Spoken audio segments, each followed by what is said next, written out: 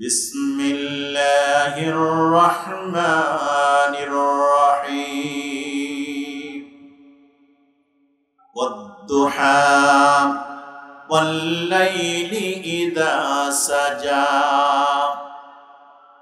মধ্যদিনের আলোর কসম, আর কসম ওই রজনীর যখন রাত গভীর থেকে গভীরতর হতে থাকে। আয়াতটি নাজিল হলো ওই সময় রাসূলুল্লাহ সাল্লাল্লাহু আলাইহি ওয়াসাল্লামের পরে হিরা গুহায় আয়াত নাজিল হলো। সূরা আলাকের প্রথম 5 আয়াত, কিছুদিন পর নাজিল হলো সূরা মুজাম্মিলের কিছু আয়াত, সূরা মুদ্দাসসিরের কিছু আয়াত নাজিল হলো। এইভাবে আয়াতগুলো নাজিল হতে শুরু হলো। নাজিল হওয়ার কিছুদিন অতিবাহিত হওয়ার পরক্ষণেই আল্লাহ রাব্বুল আলামিন কোরআনুল কারীমের ভিতরে বলছেন, ইন্না সানুলকি আলাইকা কওলান সাকিলা। ও নবী, আমি আপনার পরে যে আয়াতগুলো নাজিল করে থাকি, এই আয়াতগুলো অনেক ওয়েটফুল, অনেক ভারী ভারী আয়াত আমি আপনার পরে নাজিল করে থাকি। বলি সুবহানাল্লাহ। আল্লাহ রাব্বুল আলামিন বলছেন, আমরা যারা অফিসে জব করি, জব করার পরে যে যে পোস্টেই, এখানে গার্মেন্টস ইন্ডাস্ট্রিতে কাজ করেন, কারা কারা একটু হাত তোলেন তো দেখি। মাশাআল্লাহ, আপনাদের হাত দিয়েই বাংলাদেশের অর্থনীতির চাকা সচল হয়ে থাকে। সবাই বলেন আলহামদুলিল্লাহ। আপনি যে অফিসেই জব করেন না কেন, জব করার সাথে সাথে যেদিন জয়েন করলেন সেই দিনই কি আপনাকে হার্ড পরিশ্রমের কাজ দেয় না আস্তে আস্তে ট্রেন্ড আপ করা হয়? আস্তে আস্তে ট্রেন্ড আপ করা হয়। কাউকে সুইংয়ে বসানো হয়েছে, কাউকে টেকনিক্যাল সেকশনে বসানো হয়েছে, কাউকে লাইনম্যান হিসেবে বসানো হয়েছে, কাউকে ম্যানেজার হিসেবে বসানো হয়েছে। কথা ঠিক কিনা বলেন?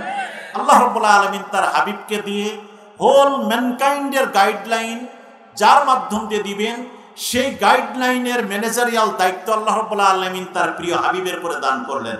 সবাই বলে সুবহানাল্লাহ। সেই দায়িত্ব দেওয়ার পরে প্রথমেই নাজিল হলো 5টি আয়াত। কোথায় নাজিল হয়েছিল একটু বলেন তো দেখি, একটু আওয়াজ করে বলেন কোথায় নাজিল হয়েছে? হেরা গুহায়। মাশাআল্লাহ, আপনারা উত্তর দিলে আমার জন্য কথা বলতে সুবিধা হবে। হেরা গুহায় 5টি আয়াত নাজিল হলো। এরপরে মুজাম্মিল নাজিল হলো, মুদ্দাসসিরের কিছু আয়াত নাজিল হলো। নাজিল হতে হতে হঠাৎ করে মাঝখানেই কিছুদিন ওহী নাজিল হওয়া কোনো পূর্ব ঘোষণা ছাড়াই বন্ধ হয়ে গেল। রাসূলুল্লাহ সাল্লাল্লাহু আলাইহি ওয়াসাল্লাম তারপরে কোরআনের আয়াত নাজিল হওয়া শুরু হলো, আর তিনি ওই সময়ের তার আপন মানুষগুলোর কাছে যে দিনের দাওয়াতগুলো পৌঁছাতে শুরু করলেন। ও আমার ভাই, ও আমার বোন, ও আমার চাচা, ও আমার আত্মীয় স্বজন, আল্লাহ রাব্বুল আলামিন আমাকে নবী করে পাঠিয়েছেন, আর এই অন্ধকারাচ্ছন্নময় পথ থেকে ফিরে আসার জন্য ও আমার আপনজনেরা আল্লাহ রাব্বুল ওহী নাজিল করেছেন এবং আমাকে রিসালাতের দায়িত্ব দিয়েছেন। বলি সুবহানাল্লাহ। কিছু মানুষ দাওয়াত কবুল করা শুরু করলো, আর আপন চাচা আবু লাহাব এবং তার আপন চাচি উম্মে জামিলা, তার আপন চাচা আবু জেহেল রাসূলুল্লাহ সাল্লাল্লাহু আলাইহি ওয়াসাল্লামের পরে যখন এই আয়াতগুলো নাজিল হওয়া শুরু হলো, আর রাসূলুল্লাহ সাল্লাল্লাহু আলাইহি ওয়াসাল্লাম প্রতিদিন যেই কথাগুলো আসা শুরু হলো, ওই কথাগুলো মানুষের কাছে বলা শুরু করলেন। কারণ তিনি তো রাসূল, নিজ ইচ্ছায় বানিয়ে কোনো কথা আমার নবী বলতেন না। আমার নবী কি কোনো কথা বানিয়ে বলতেন? এই পারমিশন কি আল্লাহ আমার নবীকে দিয়েছিলেন? আল্লাহ রাব্বুল আলামিন জিবরাইল আলাইহিস সালাম আসতেন, ওহী দিয়ে যেতেন, কিন্তু ওহী বন্ধ হয়ে গেল। এখন ওহী কিছুদিনের জন্য বন্ধ হয়ে যাওয়ার পরে তিনি আর নতুন কোনো কথাও বলে না। কারণ নবীর সম্পর্কে আল্লাহ রাব্বুল আলামিন বলছেন, ওয়ামা ইয়ানতিকু আনিল হাওয়া ইন হুয়া ইল্লা ওয়াহিয়ুন ইউহা। আমার নবী তিনি নিজ ইচ্ছায় কোনো কথা বলেন না, নিজ ইচ্ছায় কোনো কাজ করেন না। যা বলেন, যা করেন, আল্লাহ রাব্বুল আলামিনের পক্ষ থেকে আমার নবীর পরে যেই কথাগুলো ওহী করা হয়, সেই কথাগুলোই তিনি কোরআনের কথা হিসেবে মানুষের কাছে বলেন। সুবহানাল্লাহ। নিজ ইচ্ছায় তো কোনো কথা বলেন। এখন ওহী নাজিল কিছুদিনের জন্য কি হয়ে গেল? বন্ধ হয়ে গেল। এখন যারে দেখতে নারী চলন ব্যাখ্যা একটা প্রবাদ আছে না আমাদের সমাজে, যার ভালো লাগে না তার যত দোষ। রাসূলুল্লাহ সাল্লাল্লাহু আলাইহি ওয়াসাল্লাম কোন কোন তাফসিরে এসেছেন 15 দিন, কোন কোন তাফসিরে এসেছেন 25 দিন, কোন কোন তাফসিরে এসেছেন 45 দিন। সর্বশেষ উলামায়ে কেরামের মন্তব্য হলো প্রায় 3 মাস ওহী নাজিলের ধারা বন্ধ হয়ে থাকলো। 3 মাস ধরে আর কোনো ওহী নাজিল হচ্ছে না। ধরেন 40 দিনই হোক বা 25 দিনই হোক, ওহী নাজিল আর হওয়া বন্ধ হয়ে গেল। কারণ আল্লাহ রাসূলকে দায়িত্ব দেওয়ার পরে পরপর কিছু আয়াত নাজিল হওয়ার পরে হাঁপিয়ে উঠছিলেন। আমাদেরকেও যদি প্রতিদিন প্রেসার দেওয়া হয়, টায়ার্ড হয়ে যায় না আমরা? এই জন্য সপ্তাহে সরকারিভাবে 2 দিন, আর যারা বেসরকারি পর্যায়ে জব করেন তাদের সপ্তাহে 1 দিন ছুটি থাকে কিনা বলেন? ছুটি থাকে। আল্লাহ সুবহানাহু ওয়া তাআলা দাওয়াত দিচ্ছেন। এর মাঝে কিছুদিন ওহী নাজিলের ধারা বন্ধ হয়ে গেল। আবু জেহেলের সাথে দেখা হলো। আবু জেহেল বলল, কি মুহাম্মদ, তোমার কাছে জিবরাইল নামক যেই ফেরেশতা আসতো, যে আল্লাহ তোমার কাছে ওহী পাঠাতো, সেই আল্লাহ তোমাকে নাকি পরিত্যাগ করে চলে গেছে। সবাই বলি নাউজুবিল্লাহ। আবার কিছুদূর পরে যে দেখা হলো, আবু জেহেলের স্ত্রী উম্মে জামিলা, সে বলল, ইয়া মুহাম্মদ ইন্নাল্লাহা ওয়াদ্দাকা, আল্লাহ তোমাকে পরিত্যাগ করেছেন।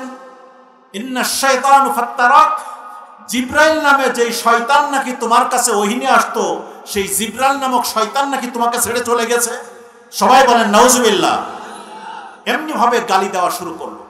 রাসূল সাল্লাল্লাহু আলাইহি সাল্লাম তো কোনো কথা বলতে পারে না। নিস্তব্ধতা ভাঙলেন। নিস্তব্ধতা ভেঙে আল্লাহ রাব্বুল আলামিন মুহাম্মদুর রাসূলুল্লাহ সাল্লাল্লাহু আলাইহি ওয়াসাল্লামের কাছে জিবরাইল আলাইহিস সালামকে পাঠিয়ে দিলেন। কসম করলেন, ওয়াদ-দুহা ওয়াল-লাইলি ইযা সাজা, রাতের কসম করছি, দিনের কসম করছি। কসম কাটছেন কে? একটু কথা বলেন, কসম কাটছেন কে? আল্লাহ সুবহানাহু ওয়া তাআলা বলছে দিনের কসম, রাতের কসম। 2টা কসম কেটে আল্লাহ রাব্বুল আলামিন এবার তার নবীকে কনফার্মেশন করছেন। আমাদের এই সমাজেও যারা একটু চেয়ারে বসে, ক্ষমতা আসে, টাকা আসে, হাতে শক্তি থাকে, সামর্থ্য থাকে, তার অধীনস্থ দুর্বল শ্রেণীর মানুষদেরকে তারা তুচ্ছ-তাচ্ছিল্য করে, নির্যাতন করে। এই ইতিহাস আমাদের সমাজে আছে না নাই? আছে। আল্লাহ সুবহানাহু ওয়া তাআলা 2টি কসম কাটলেন। এরপরে সূরা দোহার 3টি আয়াতের মাধ্যমে তার নবীকে কনফার্মেশন দিচ্ছেন। আল্লাহ রাব্বুল আলামিন কনফার্মেশন দিচ্ছেন, কি সুন্দর করে শুনে নিন। মা ওয়াদ্দাআকা রাব্বুকা ওয়া মা ক্বালা, ও আমার নবী, আপনার রব আপনাকে ছেড়েও যায় নাই, আপনাকে পরিত্যাগও করে নাই। Confirmation number 1। এখন প্রশ্ন হলো, এই এলাকার যিনি মন্ত্রী আছেন, এই এলাকার যিনি ডিসি আছেন, এসপি আছেন, কমিশনার আছেন, অথবা গুরুত্বপূর্ণ কোনো সামাজিক প্রভাবশালী ব্যক্তি আছেন, সে যদি আমার মতন একটি মানুষকে ধরে নিয়ে বলে, তুমি সামনের দিকে এগিয়ে যেতে থাকো, তোমার কোনো টেনশন নাই, পিছনে আছে কে? পিছনে আমি আছি। এ তো দুনিয়াবি সাহস। কিন্তু আল্লাহ তার হাবিবকে সাহস দিচ্ছেন। সেই আল্লাহ সুবহানাহু ওয়া তাআলা, তার পাওয়ার কি ছোট না বড়? একটা আওয়াজ করে বলেন, ছোট না বড়? সেই আল্লাহ সুবহানাহু ওয়া তাআলা তার নবীকে কনফার্মেশন দিয়ে বলছেন, ও আমার নবী, মা ওয়াদ্দাআকা রাব্বুকা ওয়া মা ক্বালা, আপনার রব আপনাকে ছেড়েও যায় নাই, আপনাকে পরিত্যাগও করে নাই। 1 নম্বর কনফার্মেশন। 2 নম্বর কনফার্মেশন আল্লাহ রাব্বুল আলামিন করছেন, ওয়ালাল আখিরাতু খায়রুল লাকা মিনাল উলা। সামনে আজকে যে কষ্ট দেখছেন না, দেখবেন বাংলাদেশের এই প্রেক্ষাপটে 5 তারিখের আগ পর্যন্ত বিএনপি যারা করেন, জামাত ইসলামী যারা করেন, হুজুর যারা ছিলেন, আলেম ওলামা যারা ছিলেন, এদের কষ্টের শুরু ছিল, শেষ ছিল না। কথা ঠিক কিনা বলে? আরে এই যে এই এলাকায় সংগঠিত একটি ছোট ঘটনা দ্বারা আমার কাছে যে ইনফরমেশন আছে, প্রায় 50 থেকে 60টি পরিবারের কাছ থেকে ওই সময়ে এই সমাজে বসবাসকারী কত মানুষ যে লক্ষ লক্ষ টাকা চাঁদা তুলেছেন তাদের কাছ থেকে। ঠিক কিনা বলেন? চাঁদা তুলেছেন। দিন যায়, রাত আসে, কিন্তু ভোর হতে চায় না। আল্লাহ রাব্বুল আলামিন তার নবীকে বলছেন, মা ওয়াদ্দা'কা রাব্বুকা ওয়া মা ক্বালা ওয়ালাল আখিরাতু খায়রুল লাকা মিনাল উলা। ও নবী, আজকে আপনাকে তারা দাঁড়াইতে দেয় না, আজকে আপনাকে তারা যুদ্ধ অপরাধী বলে, নারী লোভী বলে, ক্ষমতা লোভী বলে, চরিত্রহীন বলে, জঙ্গি বলে, কত অপবাদ দেয়। আজকের যেই কষ্টের দিন আপনার চলছে, ও নবী একটু ধৈর্য ধারণ করেন। ওয়ালাল আখিরাতু খায়রুল লাকা মিনাল উলা। অচিরেই আমি আপনার এই কষ্টের দিনগুলোকে লাঘব করে দিব এবং আপনার জন্য কল্যাণকর এবং উত্তম দিন আপনার সামনে চলে আসবে। সুবহানাল্লাহ। আল্লাহ রাব্বুল আলামিন এরপরে কি বলছেন? আল্লাহ রাব্বুল আলামিন তৃতীয় নম্বর কনফার্মেশন দিচ্ছেন তার হাবিবকে, ওয়ালা সাউফা ইউতিকা রাব্বুকা ফাতারদা। আমি আপনাকে এমন এমন সুসংবাদ দিব। কথাটা কিন্তু একটু বুঝেন। আমার কথা কষ্ট পাচ্ছেন আপনারা? মুনাজাত করে দিই। এই যে 2-1 উঠছেন, আমি কিন্তু মুনাজাত করে দিব, হট করে মুনাজাত করে দিব। দয়া করে উঠবেন না। কোরআনের এই মাহফিল থেকে ওঠা, মাহফিলের গোটা মনোযোগকে আপনারা নষ্ট করে দিবেন। এই জন্য দয়া করে আধা ঘন্টা বসতে পারবো আমরা ইনশাআল্লাহ? কারা কারা বসতে পারবেন একটু হাত তোলেন দেখি। আল্লাহ রাব্বুল আলামিন কোরআনের এই কথাগুলো শোনার জন্য আমাদের বসার তৌফিক দান করুন বলে আমিন। সম্মানিত ভাইরা,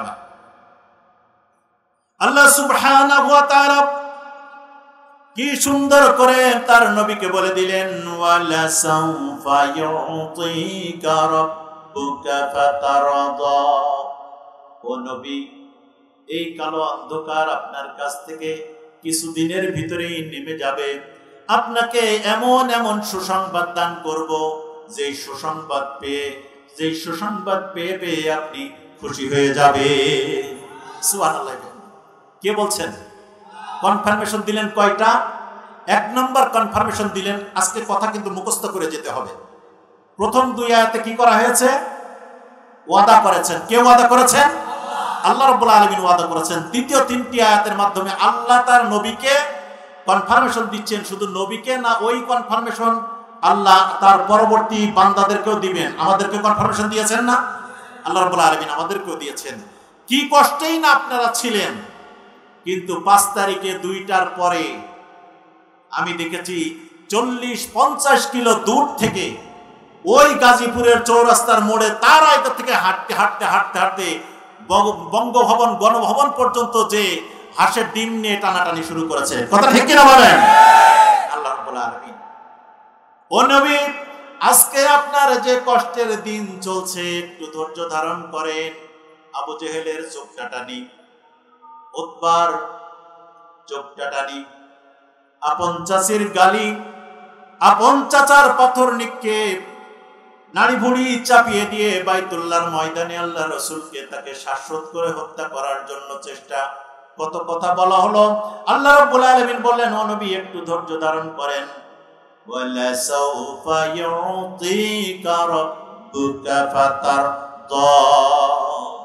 3টা কনফার্মেশন দিলেন। এরপরে আল্লাহ রাব্বুল আলামিন যদি আপনাকে সিদ্ধান্ত দিয়ে নিশ্চিত করে দেওয়া হয়, এরপরে মাঝে মাঝে এই যে ওয়াজ মাহফিলের মাধ্যমে আলেম ওলামারা এসে আমাদের জানা কিছু কথা আবার নতুন করে স্মরণ করিয়ে দেয়। কথা ঠিক কিনা বলেন?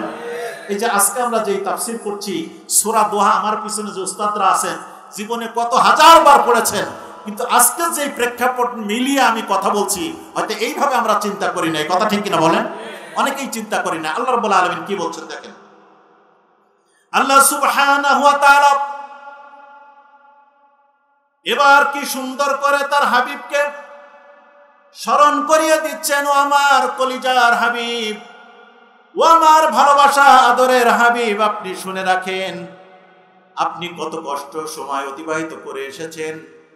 জন্মের আগেই পিতা মারা গেল, জন্মের 6 মাস পর 6 বছর পরে 6 মাস আগে পিতা মারা গেল, 6 বছর বা 8 বছরের মাথায় মাতা মারা গেল, তারপরে দাদার কাছে চাচার কাছে লালিত পালিত হলেন, তারাও মারা গেল, দাঁড়ানোর মতো কেউ জায়গা ছিল না। আল্লাহ রাব্বুল আলামিন তার হাবিবকে বললেন, আলাম ইয়াজিদকা ইয়াতীমান ফাআওয়া, ও নবী আমার, আপনার বাপ ছিল না, মা ছিল না, আমি আল্লাহ রাব্বুল আলামিন তো আপনার অভিভাবক হয়ে ওই সময়ের কাবা ঘরের মুতাওয়াল্লি যিনি ছিলেন, মক্কার ভিতরের সব থেকে প্রভাবশালী পরিবারে আমি আপনাকে লালন পালনের ব্যবস্থা করে দিলাম। সুবহানাল্লাহ। আলাম ইয়াজিদকা ইয়াতীমান ফাআওয়া ওয়া ওয়াজাদাকা দাল্লান ফাহাদা, আপনি পথ খুঁজছিলেন, আহারে জীবন্ত মেয়েকে হত্যা করা হয়, কলিজার টুকরা সন্তানকে জীবন্ত কবর দেওয়া হয়, কেমনে এই অন্ধকার সমাজ আলোকিত সমাজে পরিণত করা যায়, কতভাবে চেষ্টা করলেন, হিলফুল ফুজুল গঠন করলেন, কত কাজ করলেন, কিন্তু কোনোটাই কাজ হচ্ছিল না। আল্লাহ রাব্বুল আলামিন তাকে 40টি বছর পূর্ণ হওয়ার পরে আল্লাহ রাব্বুল আলামিন বললেন, ওয়া ওয়াজাদাকা দাল্লান ফাহাদা, ও নবী আপনি পথ খুঁজছিলেন। আমরা যখন বিপদে পড়ে যাই, চাকরি নাই, হঠাৎ করে চাকরিটা চলে গেল, এর চাকরির নোটিশ পাওয়ার 1 সপ্তাহের মাথায় হঠাৎ করে শুনলো মায়ের স্ট্রোক করে একটা অঙ্গ পড়ে গেছে।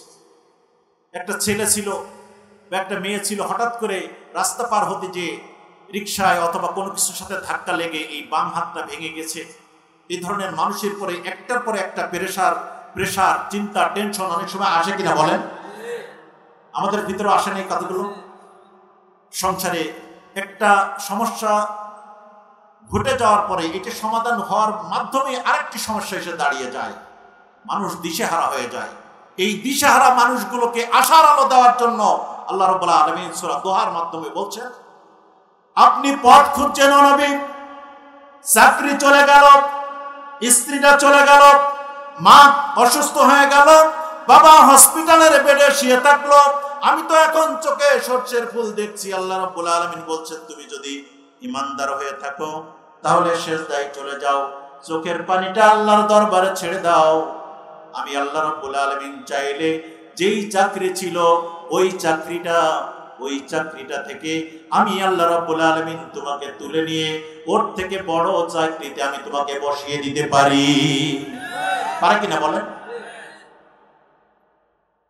আল্লাহ সুবহানাহু ওয়া তাআলা কোরআনের ভিতরে কি সুন্দর করে বললেন, ওয়া ওয়াজাদাকা দাল্লান ফাহাদা ওয়া ওয়াজাদাকা আইলান ফাআগনা। ও নবী, আপনি তো নিঃস্ব ছিলেন, আপনি মানুষের বাড়িতে, আপনাকে দিয়ে আমি কামলা খাটিয়েছি, খাদিজার কর্মচারী বানিয়েছিলাম আমি আপনাকে, ছাগল চড়িয়েছিলাম আপনাকে দিয়ে, আপনার বাপ ছিল না, মা ছিল না। আমি আল্লাহ রাব্বুল আলামিন এই হতাশাজনক জায়গার ভিতর থেকে আপনার আশ্রয় ছিল না, আপনি এতিম ছিলেন, আমি আপনাকে আশ্রয় দান করলাম। প্রথম রিমাইন্ডার দিচ্ছেন আল্লাহ রাব্বুল আলামিন, তার হাবিবকে আল্লাহ রাব্বুল আলামিন রিমাইন্ডার দিচ্ছেন, স্মরণ করিয়ে দিচ্ছেন। বলো ভাই, এখানে বুঝতেছেন আমার কথা? কথা কি শেষ করবো না চালাবো? আর একটু চালাবো কিনা? প্রথমে আল্লাহ রাব্বুল আলামিন কনফার্মেশন দিলেন, যা রিমাইন্ডার দিচ্ছেন, মনে করিয়ে দিচ্ছেন যে আপনি এতিম ছিলেন, ওই রাস্তা থেকে তুলে নিয়ে এসে আমি মক্কার কাবা ঘরের মুতাওয়াল্লির বাড়িতে আমি আপনাকে রাখার ব্যবস্থা করেছি। সুবহানাল্লাহ। দ্বিতীয় নম্বর, এই সমাজের অন্ধকারাচ্ছন্নময় সমাজের মানুষদেরকে হেদায়েতের রাস্তা দেখানোর জন্য আপনি রাস্তা খুঁজছিলেন, আমি আপনাকে কোরআনুল কারীমের মতন মহা সম্পদ, মহাবিজ্ঞান, মহাসাগর আমি আপনার হাতে তুলে দিয়েছি। তুলে দেওয়ার মাধ্যমে আমি গোটা পৃথিবীর কোটি কোটি বনি আদমকে জান্নাতের পথের সুসংবাদ এই কোরআনের মাধ্যমে দিয়েছি। সুবহানাল্লাহ। এরপরে তৃতীয় নম্বর রিমাইন্ডার দিচ্ছেন, আপনি নিঃস্ব ছিলেন, অন্যের বাড়িতে কাজ করতেন, ছাগল চড়াতেন। আল্লাহ সুবহানাহু ওয়া তাআলা তার হাবিবকে কনফার্মেশন দেওয়ার পরে, রিমাইন্ডার দেওয়ার পরে বলে দিলেন, ও নবী, আমি আল্লাহ রাব্বুল আলামিন ওই ছাগল চড়ানোর ওই জায়গা থেকে, নিঃস্ব অবস্থা থেকে তুলে নিয়ে 25 বছরের যুবক, 40 বছরের বার্ধক্যে জনিত 40 বছরের বয়স্কা মহিলা খাদিজার মাধ্যমে বিবাহ ব্যবস্থা করে দিলাম। খাদিজা রাদিয়াল্লাহু তাআলা আনহার ওই সময়ের যত সম্পদ ছিল, আল্লাহ রাব্বুল আলামিনের নির্দেশে সকল সম্পদগুলো খাদিজা রাদিয়াল্লাহু তাআলা আনহা রাসূলুল্লাহ সাল্লাল্লাহু আলাইহি ওয়াসাল্লামের পায়ের পরে সুপর্দ করে দিলেন। সুবহানাল্লাহ। তিনি ছিলেন অর্থহীন, আল্লাহ রাব্বুল আলামিন তাকে বৃত্তের চেয়ারে বসিয়ে দিলেন। এবার 3টা কর্মসূচি দিচ্ছেন। আল্লাহ রাব্বুল আলামিন বললেন, কি কর্মসূচি দিলেন? আল্লাহ সুবহানাহু ওয়া তাআলা কর্মসূচি দিচ্ছেন এবার, ফাআম্মাল ইয়াতীমা ফালা তাকহার। ও নবী, এখন আপনি চেয়ারে বসেছেন, রাষ্ট্রের চেয়ারের দায়িত্ব আপনার কাঁধে আস্তে আস্তে আসছে, আপনি সম্মানের জায়গায় চলে গেছেন। প্রাডো গাড়ির পাশে, প্রিমিও গাড়ির পাশে, রেঞ্জ রোভারের পাশে, মার্সিডিজ বেঞ্জের পাশে ভিক্ষুক এসে টক টক করে 5 পয়সা 20 পয়সা হাতে করে টক টক করে জানালায় আওয়াজ করতে থাকে ভিক্ষার জন্য। কিছুই ছিল না, সেই জায়গা থেকে আপনাকে আমি এত চমৎকার অর্থবিত্ত সম্পদ দান করে দিলাম। আপনার কাছে যদি কোনো এতিম এসে হাত পাতে, তাহলে ওই মানুষটিকে আপনি ঘাড়ে ধাক্কা দিয়ে চোখ রাঙিয়ে তাকে সেখান থেকে বের করে দিবেন না। আল্লাহ রাব্বুল আলামিন বললেন, ফাআম্মাল ইয়াতীমা ফালা তাকহার ওয়া আম্মাস সাইলা ফালা তানহার। পথিক যদি এসে কোনো আবেদন করে, তাহলে ওই পথিকদেরকে আপনি ঘাড় ধাক্কা দিয়ে তাড়িয়ে দিবেন না। এরপরে শেষ নম্বর কথা আল্লাহ রাব্বুল আলামিন বললেন, ওয়া আম্মা বিনিমাতি রাব্বিকা ফাহাদ্দিস। ও নবী, হোল ম্যানকাইন্ডকে আপনার অনুসরণ করে দেওয়া হলো, গোটা মদিনা মক্কার সম্পদকে আপনার পদানত করে দেওয়া হলো, আরব জাহানকে আপনার পদানত করে দেওয়া হলো। এত এত নিয়ামত পাওয়ার পরে রাষ্ট্রের প্রেসিডেন্ট বানিয়ে দেওয়া হলো, অর্থ মন্ত্রণালয়ের দায়িত্ব দেওয়া হলো, বায়তুল্লাহর চাবি আপনার হাতে ধরিয়ে দেওয়া হলো। এত মর্যাদা পাওয়ার পরে আপনার এখন ডিউটিও কিন্তু বেড়ে গেছে। আমি আল্লাহ রাব্বুল আলামিন বলছি। আল্লাহ রাব্বুল আলামিন বললেন, ওয়া আম্মা বিনিমাতি রাব্বিকা ফাহাদ্দিস। আমি এত এত নিয়ামত আপনাকে দিয়েছি, ওই নিয়ামত পাওয়ার পরে আপনি অহংকারী না হয়ে, আপনি ওই নিয়ামত পাওয়ার পরে সুযোগ পাইলেই কৃতজ্ঞ হবেন, সিজদায় পড়ে যে আল্লাহ রাব্বুল আলামিনের শুকরগুজারকারী হয়ে যাবে। সুবহানাল্লাহ। তাহলে কি আমরা মেসেজ পেলাম? সূরা আদ-দুহা কি সুন্দর কথা বলে দিয়েছেন। সুতরাং আজকের এই যুবক ভাইয়েরা, মারা, বোনেরা, এই শব্দযন্ত্রের আওয়াজ যেখানে যায়, সকলের প্রতি বিনয়ের অনুরোধ, আমরা অন্তত পক্ষে প্রতিদিন যদি নাও হয়, মাঝে মাঝেই সূরা আদ-দুহাটা একটু তেলাওয়াত করব। পারবো কিনা ইনশাআল্লাহ? আপনারা একটু হাত ধরে ওয়াদা করবেন ইনশাআল্লাহ। আল্লাহ রাব্বুল আলামিন এই সূরাটা তুমি আমাদের তেলাওয়াত করে পড়ে আমাদেরকে আশার সঞ্চারী হওয়ার তৌফিক দান করো বলে আমিন। সম্মানিত হাজিরিন, আমরা যেই সমাজের কথা বলছিলাম,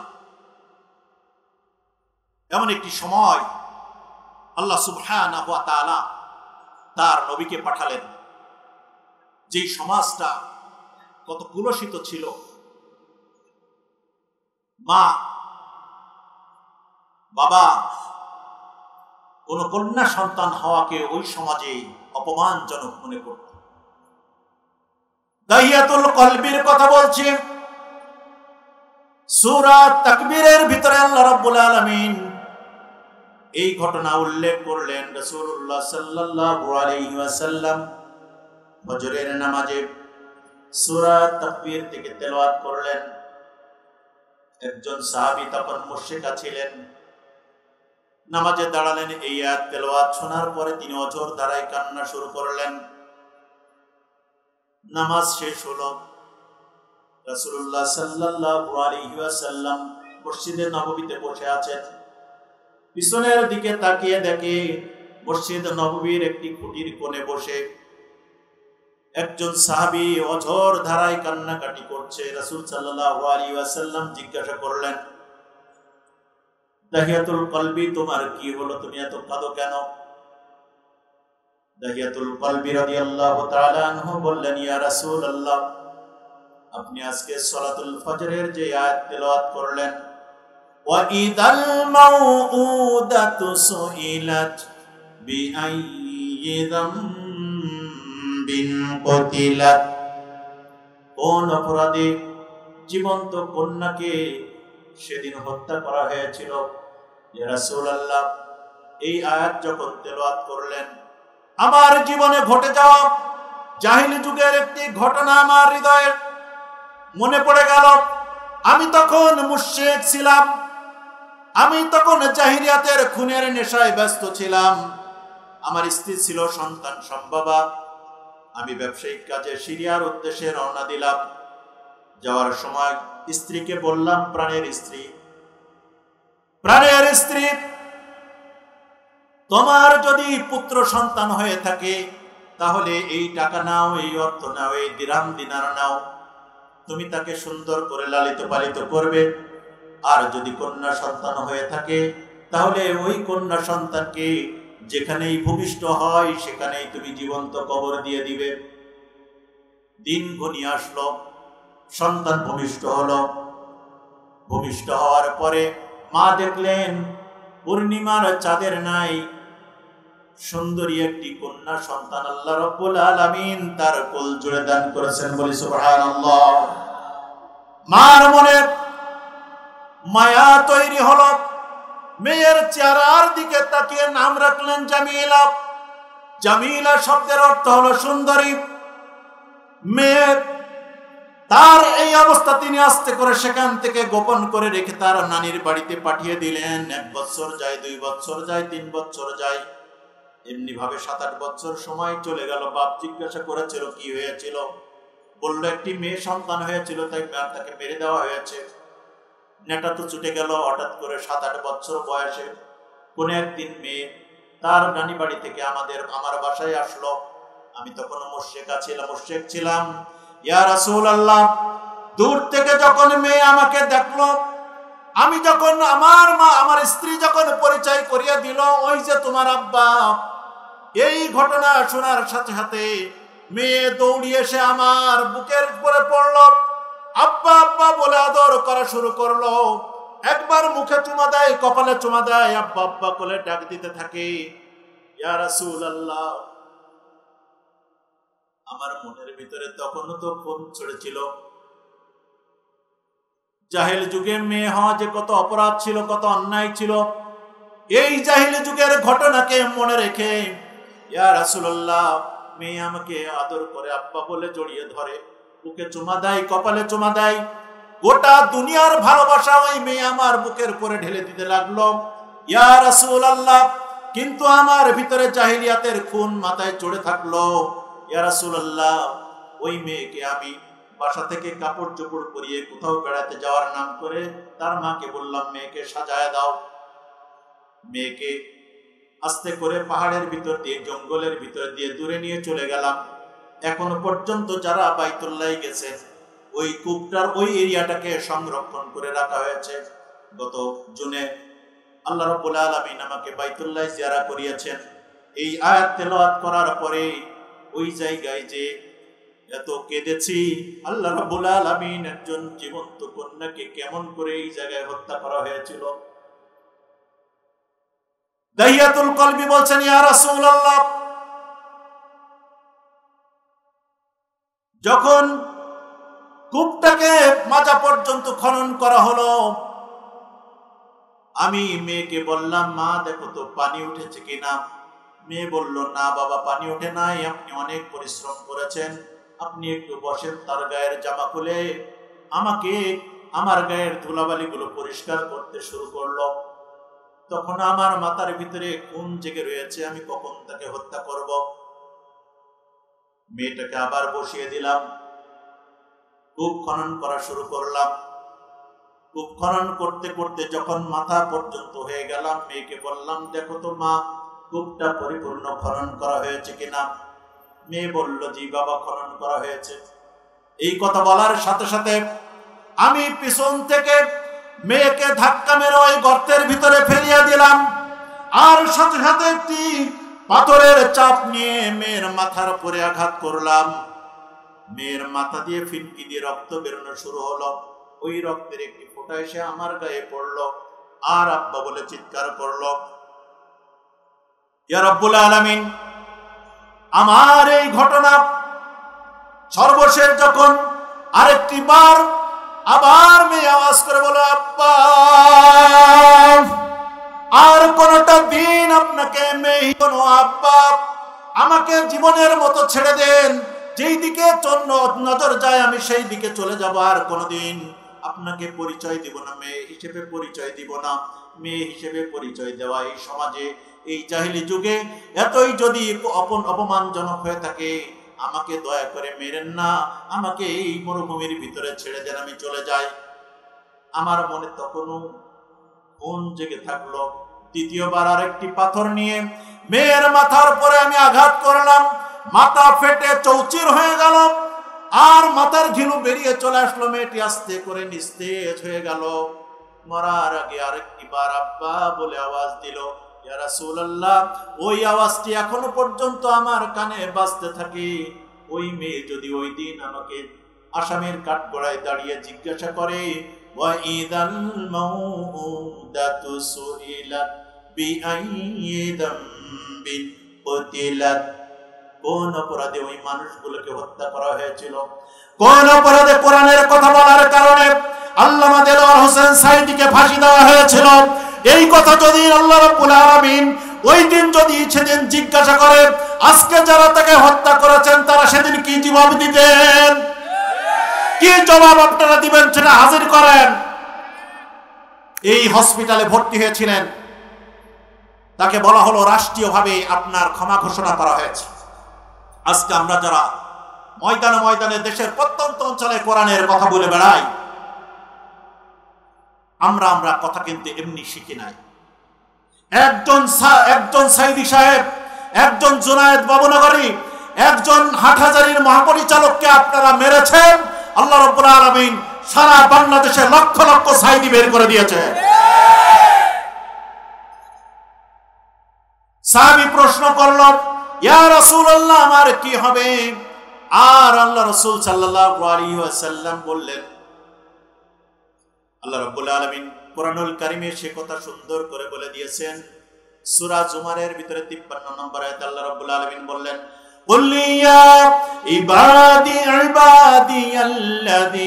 আসরাফু আলা আনফুসিহিম লা তাকনাতু মির রাহমাতিল্লাহ ইন্নাল্লাহা ইয়াগফিরুদ যুনুবা জামিআ ইন্নাহু হুয়াল গফুরুর রহিম। পূর্বে অপরাধ করেছো, এবার ঈমান নিয়ে এসেছো, আল্লাহ রাব্বুল আলামিন বলছেন পূর্বের অপরাধগুলো আল্লাহ রাব্বুল আলামিন ক্ষমা করে দিবেন, কারণ আল্লাহ ক্ষমাশীল। সুবহানাল্লাহি বিহামদি। আমাদের পূর্ব ভুল হয়েছে। আমি যেই কথা বলছিলাম, এই দিনের কথা বলার জন্য বিগত 40-50টি বছর ধরে যেই মানুষটি রাস্তায় রাস্তায়, বাড়িতে বাড়িতে, হাজার হাজার কোটি কোটি মানুষের সামনে এই পাবলিক তাফসিরের জনক বলা হয় আল্লামা দেলোয়ার হোসেন সাঈদীকে, কথা ঠিক কিনা বলেন? বাংলাদেশে পাবলিক তাফসির বলতে যেটা বোঝায়, আমাদের দেশে আগে মসজিদ, মাদ্রাসা, খানকা, মক্তবের ভিতরে ইসলাম চর্চা হতো, দিন চর্চা হতো, কিন্তু পাবলিক প্লেসে আম জনতার নিয়ে তাফসিরের কনসেপ্ট বাংলাদেশে হাতে গোনা কয়েকজন, মৌলানা হাবিবুর রহমান যুক্তিবাদী সাহেবের নাম আমরা শুনতাম, দেলোয়ার হোসেন সাঈদী সাহেবের নাম শুনতাম, এরপরে হলো আমাদের এই যে মুফতি শফি রাহিমাহুল্লাহ, আল্লাহ রাব্বুল আলামিন তার মাসকাতে আমাদেরকে শোনাতেন। তার অসংখ্য ছাত্র গুণগ্রাহী তৈরি হয়েছে বাংলাদেশে। এদের সকলকে কি টর্চার করে, যেই কথা আমি বলছিলাম যে কাশিমপুর কারাগারে নিউজ পাঠানো হলো, সাদা কাগজে স্বাক্ষর নেওয়া হলো যে আপনার রাষ্ট্রীয় নির্বাহী ক্ষমতা বলে মুক্তি দেওয়ার ব্যবস্থা করা হচ্ছে। এই কথা বলে স্বাক্ষর নিয়ে তাকে ট্রিটমেন্টের নাম করে নিয়ে যাওয়া হলো কোথায়? তাজউদ্দিন মেডিকেলে নেওয়া হলো। তাজউদ্দিন মেডিকেলে সেখানে নেওয়া হলো। মেডিকেল থেকে তাকে বোঝানো হলো যে আপনি হার্টের রোগী হয়েছেন, হার্ট অ্যাটাক করেছেন। আমি আপনাদের কাছে জানতে চাই, কোন হার্ট অ্যাটাক করা পেশেন্ট এত দূর যাওয়ার পরে পিজি হসপিটালের গেটে হসপিটালে নামার পরে যিনি হাসি যেটা দিয়েছিলেন, এটা কোন হার্ট অ্যাটাকের পেশেন্টের হতে পারে? এরপরে তাকে মেডিকেলের ভিতরে নেওয়া হলো। মেডিকেলের পরে নিয়ে যাওয়ার পরে মেডিকেলের হসপিটালের বেডে তাকে বসিয়ে রাখা হলো। হার্ট অ্যাটাকের কোন পেশেন্ট কি হসপিটালের বেডে বসে থাকতে পারে একা একা? এরপরে রাত হলো, রাত্রের ভিতরে ইনজেকশন দেওয়া হলো। ইনজেকশন দিয়ে ইন্ডিয়ার প্রেসক্রিপশনে মাওলানা সাইদি সাহেবকে বাংলাদেশের এই জমিন থেকে কোরআনের এই কথা যাতে বলতে না পারে, কোরআনের কণ্ঠকে স্তব্ধ করার জন্য দেলোয়ার হোসেন সাইদিকে ক্লিনিক্যালি হত্যা করা হয়েছে। কথা ঠিক কিনা? আমরা এখান থেকে দ্ব্যর্থহীন ভাষায় বলে দিতে চাই, ৭১-এর বাংলাদেশ নয়, ২৪-এর বাংলাদেশ এখন। এদেশের ছাত্র জনতা সকল মানুষেরা মনে করেছিল যে বাংলাদেশের এই ফেরাউন কোনদিন যাবে না, কিন্তু আল্লাহ রাব্বুল আলামিন কাবাকে রক্ষা করেছিলেন আবাবিল পাখি দ্বারা। কেউ কোনদিন চিন্তা করে নাই যে ওই আব্রাহার বাদশার মতো পরাক্রমশালী শাসকের মোকাবেলায় কাবা ঘর কেউ রক্ষা করতে পারবে। কথা ঠিক কিনা বলেন? বাংলাদেশে আল্লাহ রাব্বুল আলামিন ছাত্র নামের আবাবিল পাখি পাঠিয়েছিলেন ৫ তারিখে। কথা ঠিক কিনা বলেন? স্যার একটা গুলি করে একটাই মরে, আবার দেখে ওখানে 10টা দাঁড়িয়ে যায়। এই কথা শোনেন নাই আপনারা? এগুলো মানুষ ছিল না, এগুলো ছিল আল্লাহ রাব্বুল আলামিনের পক্ষ থেকে ওই বদরি ফেরেশতা আল্লাহ রাব্বুল আলামিন পাঠিয়েছিলেন। কথা ঠিক কিনা বলেন? সম্মানিত হাজিরিন, আজকে আমরা এখান থেকে বর্তমান ইন্টেরিয়র গভর্নমেন্টকে বলতে চাই, আমরা বলতে চাই, দয়া করে তদন্ত কমিটি করুন। আমাদের বিডিআর যদি ইন্ডিয়ার পরিকল্পনায় আর্মিকে ধ্বংস করা হয়, বিডিআর হত্যা করা হয়, তার পূর্ণ তদন্ত হতে হবে। কথা ঠিক কিনা? যত আলেম ওলামাদেরকে 13ই মেতে হত্যা করা হয়েছে তার পূর্ণ তদন্ত হতে হবে। হাজার হাজার আলেমকে হত্যা করা হয়েছে। সুতরাং আসুন আমরা শুধু এতটুকুই বলি, আমরা যারা প্রকৃত অর্থে দোষী তাদেরকে আল্লাহ রাব্বুল আলামিনের কাছে তাদের বিচারেরই মুখোমুখি হতে হবে। আমরা শুধুমাত্র এতটুকুই কথা বলি, বাংলাদেশের এই ভূখণ্ডটা 90% মুসলমানের এই ভূখণ্ড। সুতরাং আমরা চেষ্টা করি আল্লাহ রাব্বুল আলামিন যেন আমাদেরকে কোরআন এবং সুন্নাহর আলোকে এই দেশের মানুষকে গঠন করার তৌফিক দান করেন। সম্মানিত